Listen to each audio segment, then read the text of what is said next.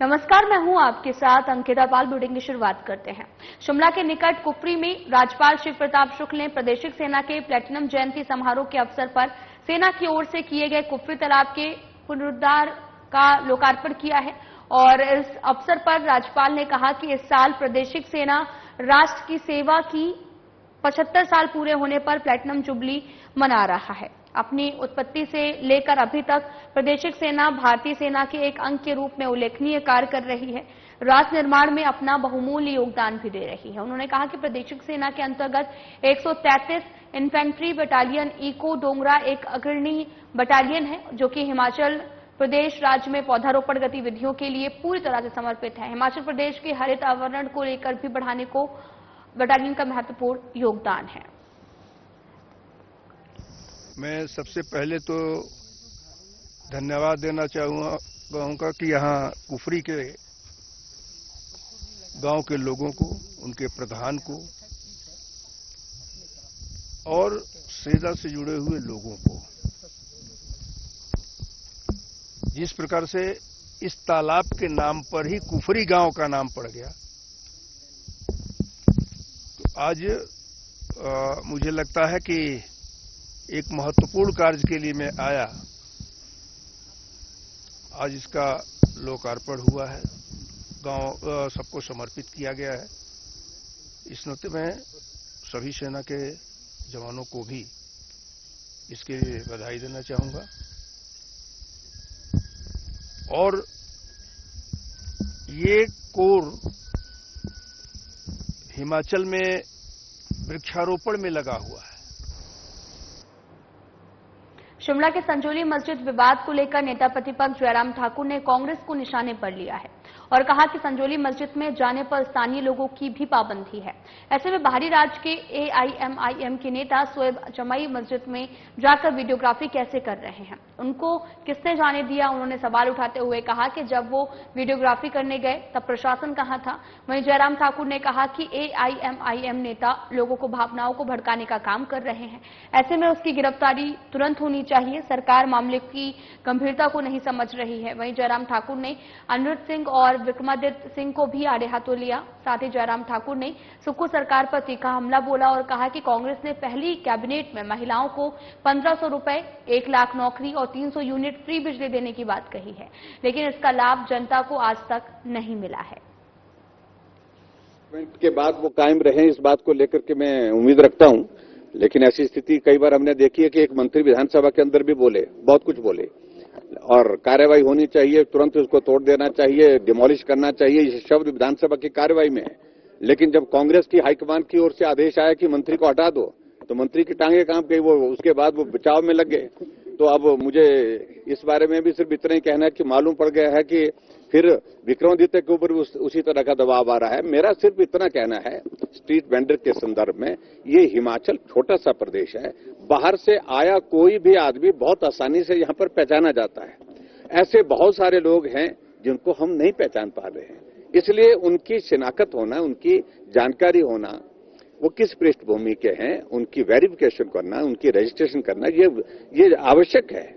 और इसलिए अगर विक्रमादित्य जी ने यह बात कही है तो मुझे उम्मीद है कि वो इस पर कार्रवाई करेंगे। हमने शुरू किया था, हमारी गवर्नमेंट ने शुरू किया था, लेकिन उसके बाद कांग्रेस की गवर्नमेंट आने के बाद ये सारी चीजें रोक दी गई थी।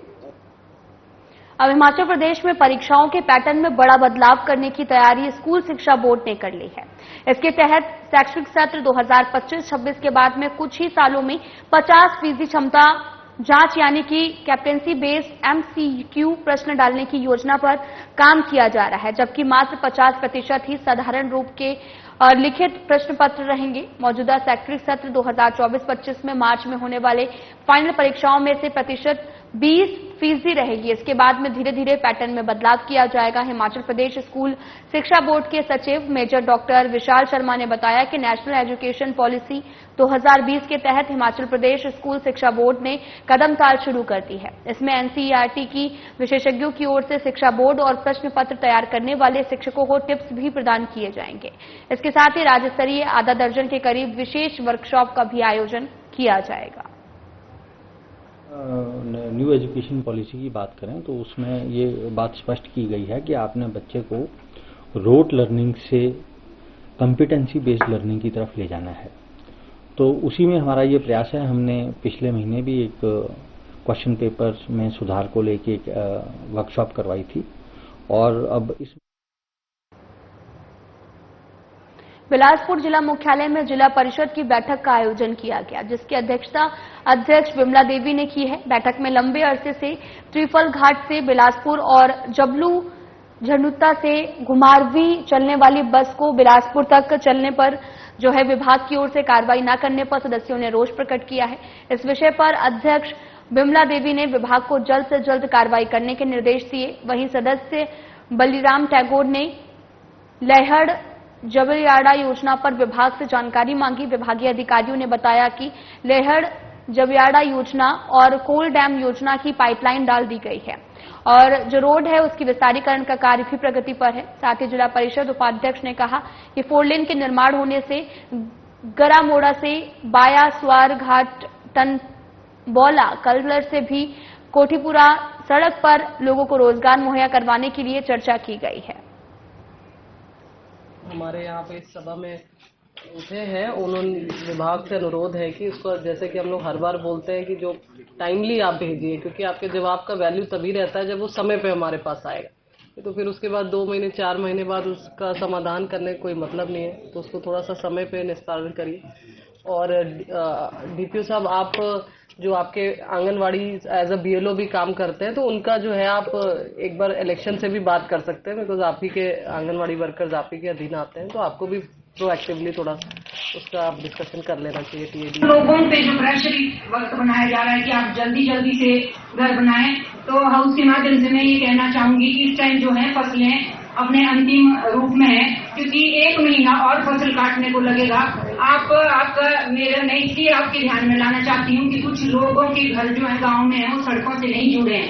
1.5 लाख रुपए मिल रहा है, वो 1.5 लाख रुपए उनकी ढुलाई में ही लग जाएगा अगर आप इस तरह से प्रेशर बनाएंगे। आपसे निवेदन ये है कि इतने ज्यादा प्रेशराइज लोगों को ना करें और उनको 1 महीने का आप समय दें। जैसी फसल कटाई होगी वैसे ही जो ट्रैक्टर के माध्यम से उनकी घरों के नजदीक मटेरियल पहुंचेगा और वो जो पैसा उनको मिला है वो ढुलाई में लग के उनके घरों को लग जाएगा। बैठक रही है। सोलन के रबौन में स्वच्छता ही सेवा अभियान के अंतर्गत जागरूकता अभियान चलाया गया है।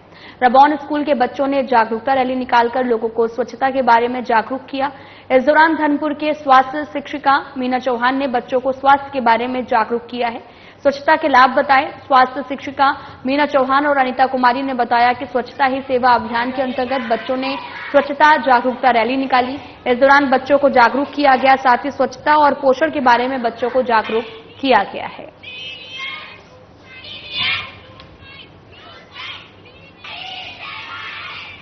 स्वच्छता पखवाड़ा भी चल रहा है और साथ में पोषण माह भी चल रहा है। जो स्वच्छता पखवाड़ा है उसमें हमारा ओवरऑल ही आ जाता है वायु प्रदूषण, मृदा प्रदूषण, जल प्रदूषण। उसके स्वच्छता पखवाड़े में हम सब कुछ ही बताते हैं, प्लांटेशन के बारे में बताते हैं, नो प्लास्टिक ड्राइव के बारे में बताते हैं, तो अच्छे से लोगों को जानकारी दे दी। इसके दौरान कुछ सेल्फ हेल्प ग्रुप के लोग भी थे, VHSNC के मेंबर भी थे और स्टूडेंट्स से रैली करवाई। कि VHSNC के तहत हमने आज एक जागरूकता रैली यहाँ पर रबौन गांव में निकाली है, जिसमें VHSNC के मेंबर, धात्री महिलाएं, ANC, PNC और मां सुलिनी के सेल्फ हेल्प ग्रुप के मेंबरों ने भी भाग लिया, जिसके साथ लगभग 140 लोग शामिल थे, जिसमें गवर्नमेंट मिडिल स्कूल रबौन के बच्चों ने एक जागरूकता रैली निकाली, जिसमें उन्होंने ये रैली निकाली जिसमें कि पर्यावरण को